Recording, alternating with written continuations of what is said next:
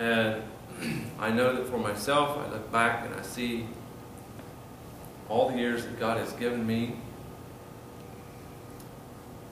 And He gave me time. He gave me time to be with my family, to have my life. I'd go to church, I'd sing my songs, I'd worship the Lord in the church. And we prayed at home. I was a Christian. But yet I had my life that I kind of kept to myself, my family. We went on vacations and everything. But as I look back now, and I remember Brother Lavender from St. Albans Church. And I remember him asking me on occasions, on a few, I got to go with him, I accepted. But I remember those times when he'd ask me, and I'd say, well, Brother Lavender, he'd ask me to go with him on Saturdays to visit, okay, to try to get people out to Sunday school. Because like Miriam's dad, he believed in Sunday school, and he worked for it. But I remember the times that I would tell him, well, Brother Lavender, I can't go. I've got something I've got to do. Because when I was young and I had my family, that's just the way I didn't understand. But there was something that happened a few months back that kind of helped me to recognize that shortfall on my part. I mean, it just wasn't revealed to me. I just didn't pick up on it. And I shared it with the church down there, but I was driving to work one day and saw, it was on the interstate, and I saw what my mind told me immediately when I saw it, or not immediately, as I got close enough to it to see what it was, that it was a Bible laying in the road. Anyhow, I shared with him the experience, how that affected me, and the decisions that I made as I approached that, what my mind perceived to be a Bible. And that when I finally got around to circling back, to try to stop and actually get it, it was gone. But God used that to show me that I didn't have the passion. I had passion for worship, passion for singing, passion for praying, but I lacked a passion for His Word. And that book that was laying in the road there, what He allowed me to visualize was His own body. The body of Christ laying in the road, and I missed it. So that affected me.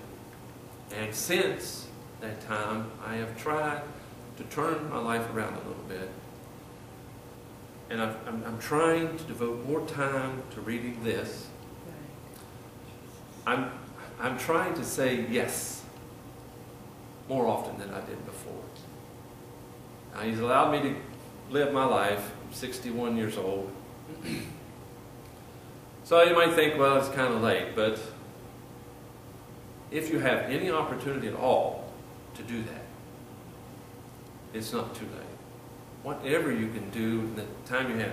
What you mustn't do is allow Satan to use what you have wasted to beat you over the head with it, so to speak, that you don't do anything with what you've got left. Say, Satan, much like David, go ahead and recognize your shortfalls, your shortcomings, and then get up and go on. And then do something for God. So, anyhow, I'm trying to spend more time in this and trying to be careful about, trying to reserve my own life. I want to give more of it to God because I know we're running out of time. And whereas I used to feel like surely I would see the rapture, I still believe that, but at my age now I recognize there is a possibility that I might go before the rapture comes. So what I have left, I want to try to devote as much of it to God's work as I can. Yes, so, yes. I'll pray. I have a poem. As I worked on this the first part of the week, and when I got home last night, I got on the internet, and while I had looked for some stuff, I hadn't, when I typed in the Master Weaver. And as it turned out, I'm not the only one that's kind of walked down that path to see that aspect of it. There was quite a bit of stuff on there. There was a poem there. And it was a poem by an unknown author. And there were several versions of it. So people who had apparently picked up on this thought or this message or whatever, and they had kind of changed it to suit whatever they was working on at the time. As I have done. I've added a little bit or taken a little bit away or switched it. But I'd like to read this to you tonight as I close.